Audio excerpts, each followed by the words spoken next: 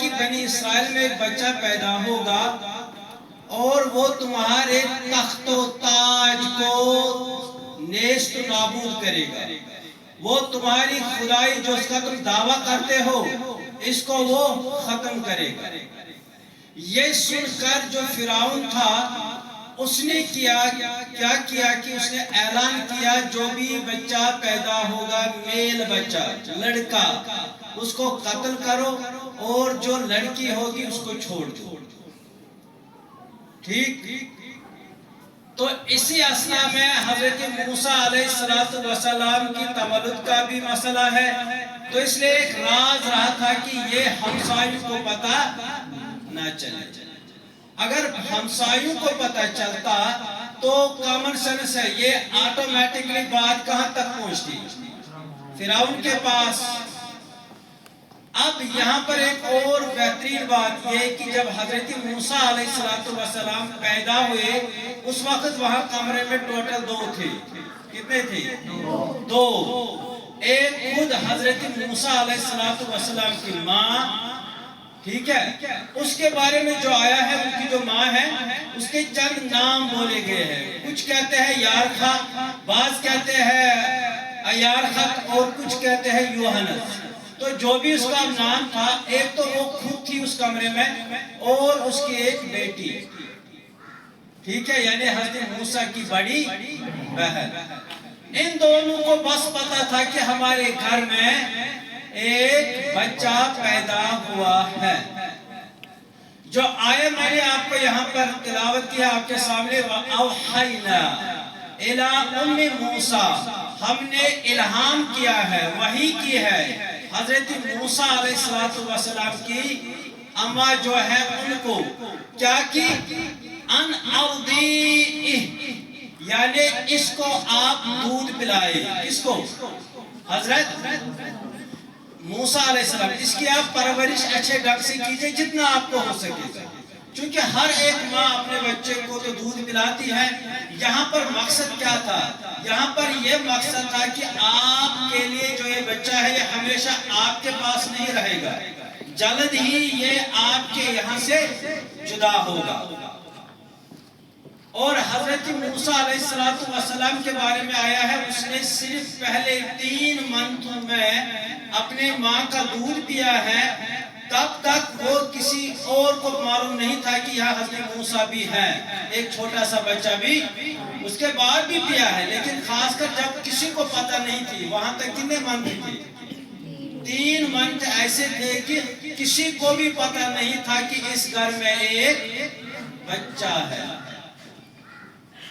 تو اب اللہ تعالیٰ نے وحی کی ہے کہ اس کی آپ پرورش کیجئے، اس کو آپ دودھ شود دیجئے، اس کو باہر کی دنیا سے فی الحال آپ الگ تھلگ کیجئے، کسی کو پتہ نہ چلے۔ اب اس کے بعد فرمایا فَإِذَا خِفْتَ عَلَيْهِ، جب تمہیں خوف ہو کہ ہمسایوں کو اب پتہ چلے گا۔ وہ کیسے پتہ چلے گا جب 3 منتھ پتہ نہیں چلا؟ اس کے بعد کیسے؟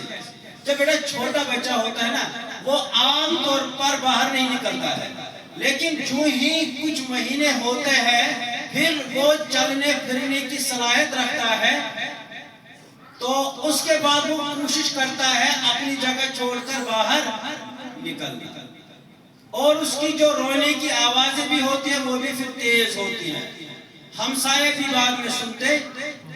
اسی لیے حضرت موسیٰ علیہ السلام کے لیے ان کی ماں کو کہا گیا ہے کہ آپ ان کو فی الحال راز ہی رکھ لیجئے، عوام کو پتہ نہ چلے، ہمسایوں کو پتہ نہ چلے۔ 3 منتھ تک یہ معاملہ رہا۔ اس کے بعد کہا اگر تمہیں خوف ہو، خوف ان دا سینس کہ اگر ہمسایوں کو پتہ لگنے کا خوف ہو کہ ان کو پتہ چلے گا، وہ یہ بات فرعون تک پہنچائیں گے اور اس کے بعد وہ آ کر اس کو قتل کریں گے۔ اگر یہ خوف آپ کو لگا، جب لگے گا تو آپ کیا کرنا؟ فَأَلْقِيهِ فِي الْيَمِّ، اس کو آپ دریائے نیل میں پھینکنا۔ کس کو؟ حضرت موسیٰ کو کہاں؟ ایک دریا میں پھینکو۔ کس دریا میں؟ دریائے نیل میں پھینکو. کوئی چاہے گی کوئی ماں ایسی ہوگی جو اپنے بچے کو پانی میں ڈبائے؟ ٹھیک ہے.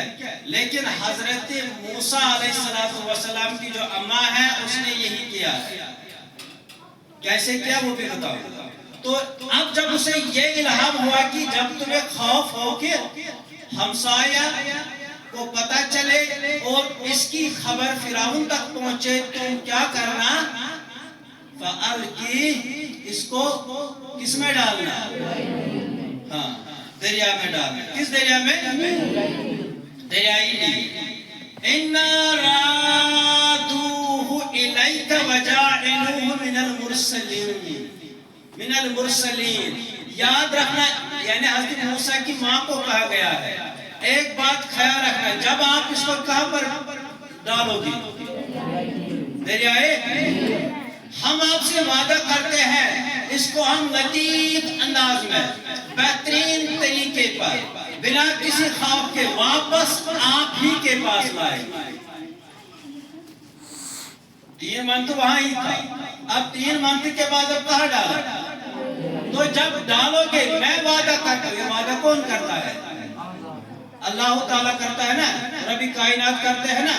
وہ کہتا ہے کہ میں تمہیں وعدہ کرتا ہوں کہ یہ واپس میں لطیف طریقے پہ آپ ہی کے پاس واپس پہنچاؤں گا.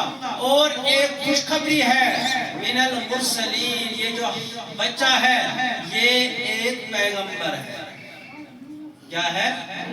پیغمبر. اب چونکہ اس کو کہاں ڈالنا تھا؟ دریائے نیل میں.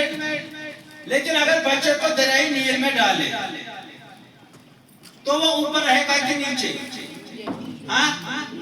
جائے گا نا نیچے، کیونکہ جس کی ڈینسٹی زیادہ ہوگی نا as compare to water liquid, وہ اس لیکوڈ سے نیچے چلا جائے گا.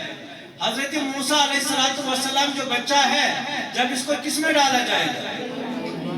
یہ کہاں جائے گا؟ اب اس کی ماں نے سوچا کیوں نہ میں ایک ڈبہ بناؤں، ایک صندوق بنواؤں، لیکن خود اس کو صندوق بنانا نہیں آتا. یہ دقت تھی. اس لیے اس صندوق کو بنانے کے لیے اسے ایک شخص کا سہارا لینا پڑا. اس نے ایک شخص جو فرعون کا چچا زاد تھا. کس کا چچا زاد تھا؟ فرعون کا چچا زاد تھا.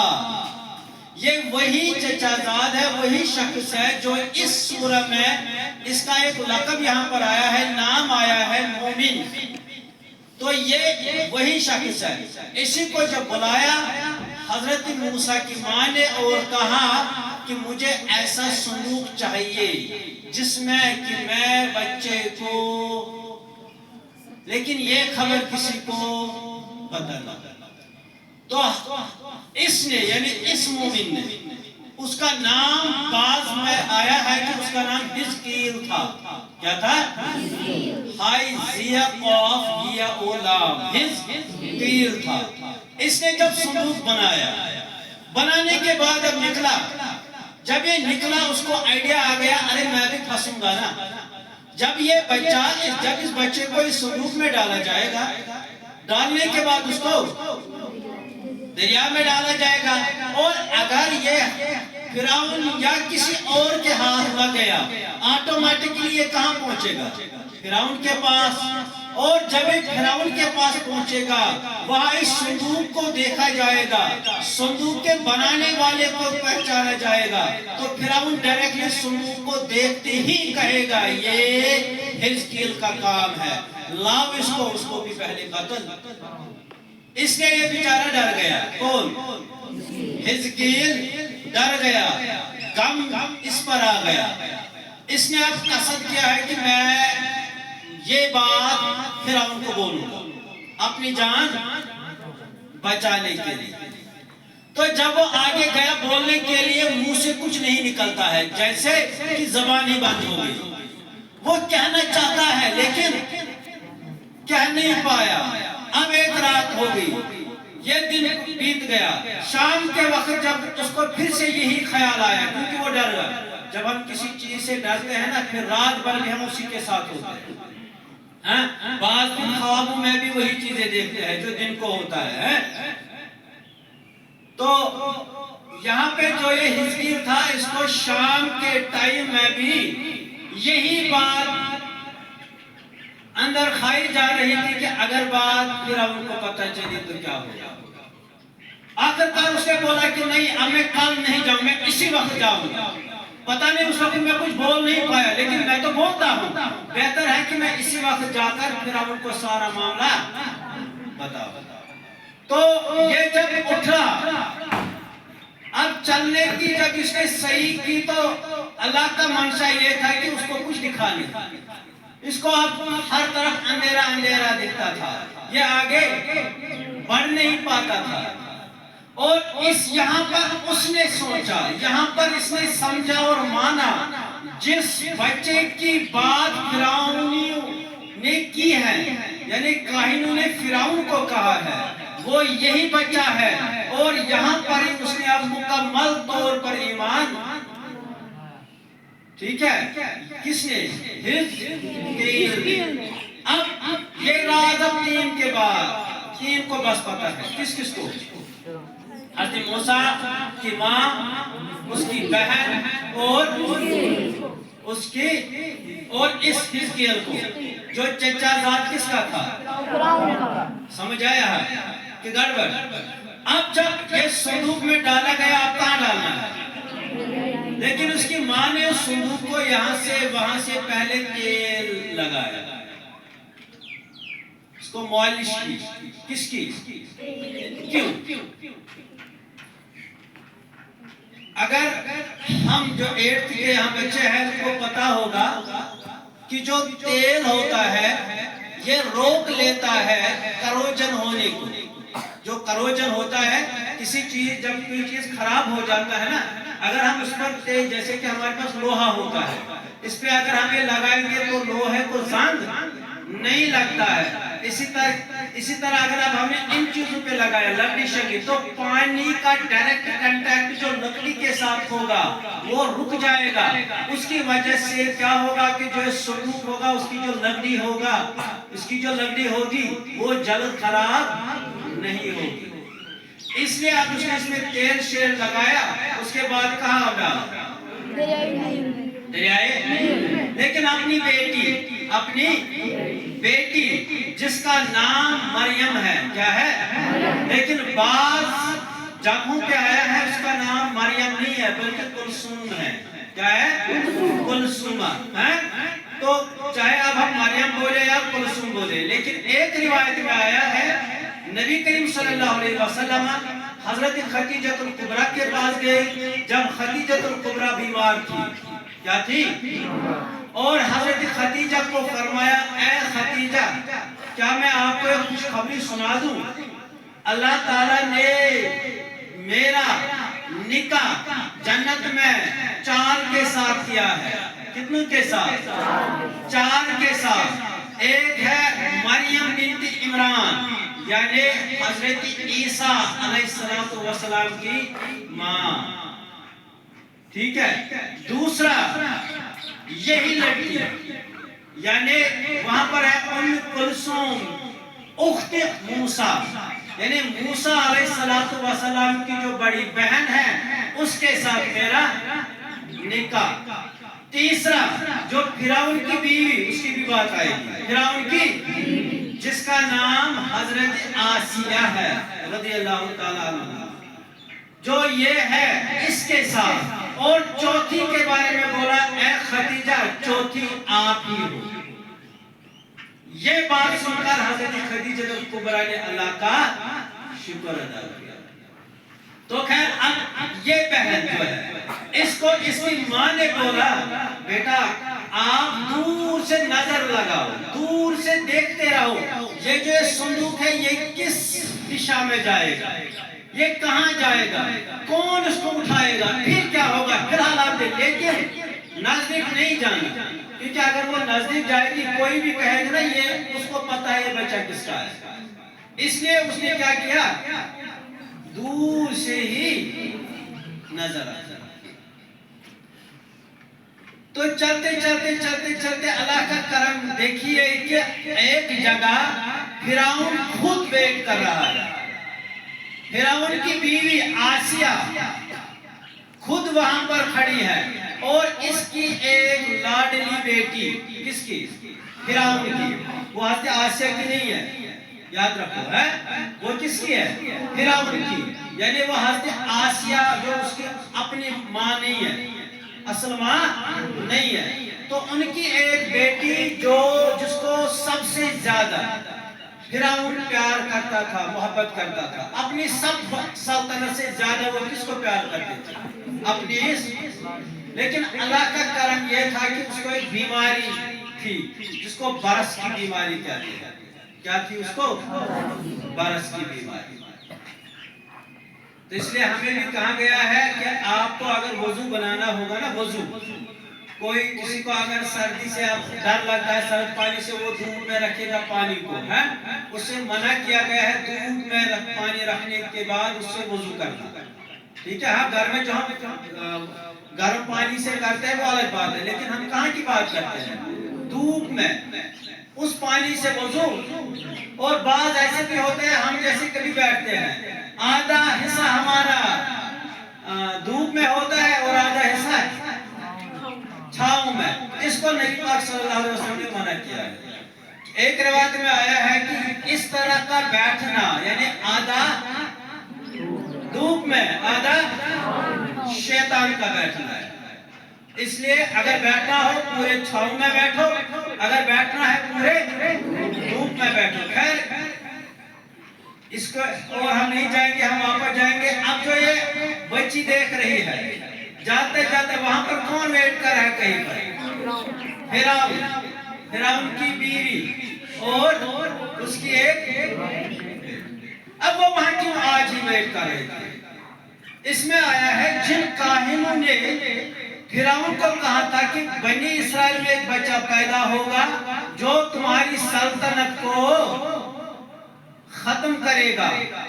انہوں نے اس کو بولا تھا کہ فلانی دن فلانی دریا سے یعنی دریائے نیل سے ایک بچہ ملے گا. اس بچے کا جو لعابی دہن ہے، اس بچے کا جو لعابی دہن یعنی جس کو ہم تھوک بولتے ہیں، ٹھیک ہے، تھوک. تو اب جو پیغمبروں کا ہوتا ہے اس کو ہم تعظیماً تھوک نہیں بولتے ہیں، بلکہ ہم اس کو لعاب دہن کہتے ہیں. کیا کہتے ہیں؟ کیا کہتے ہیں؟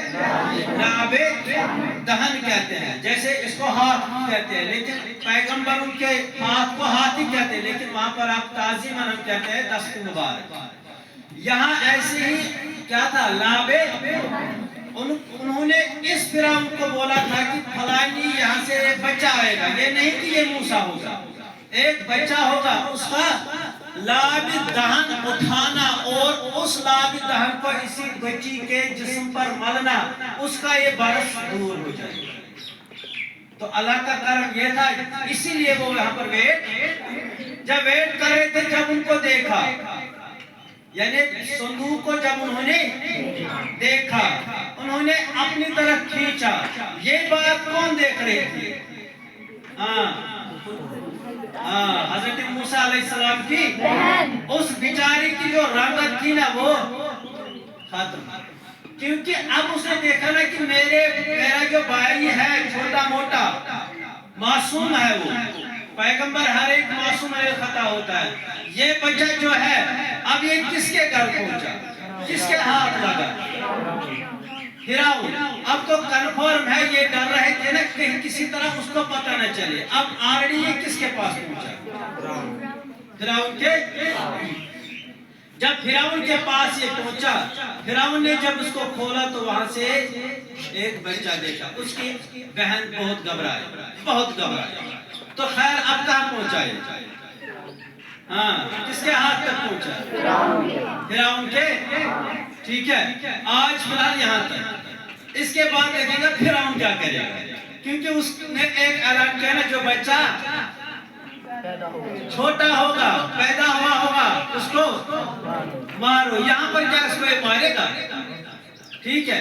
اور اگر ان کاہنوں نے بولا تھا کہ اس سال ایک بچہ پیدا ہوگا جو آپ کی سلطنت کو تباہ کرے گا، انہوں نے بولا کہ یہاں سے اسی سال ایک بچہ آئے گا، تو اس کو کیوں نہیں یہ قتل کیا؟ ٹھیک ہے. یہ باتیں انشاءاللہ تعالی ہم پرسوں جو ہمارا تھرڈ پیپر ہوگا انشاءاللہ رب کے فضل و کرم سے اللہ نے چاہا تو اسی میں تھوڑی اور ہم اسے آگے جائیں گے. باقی والسلام.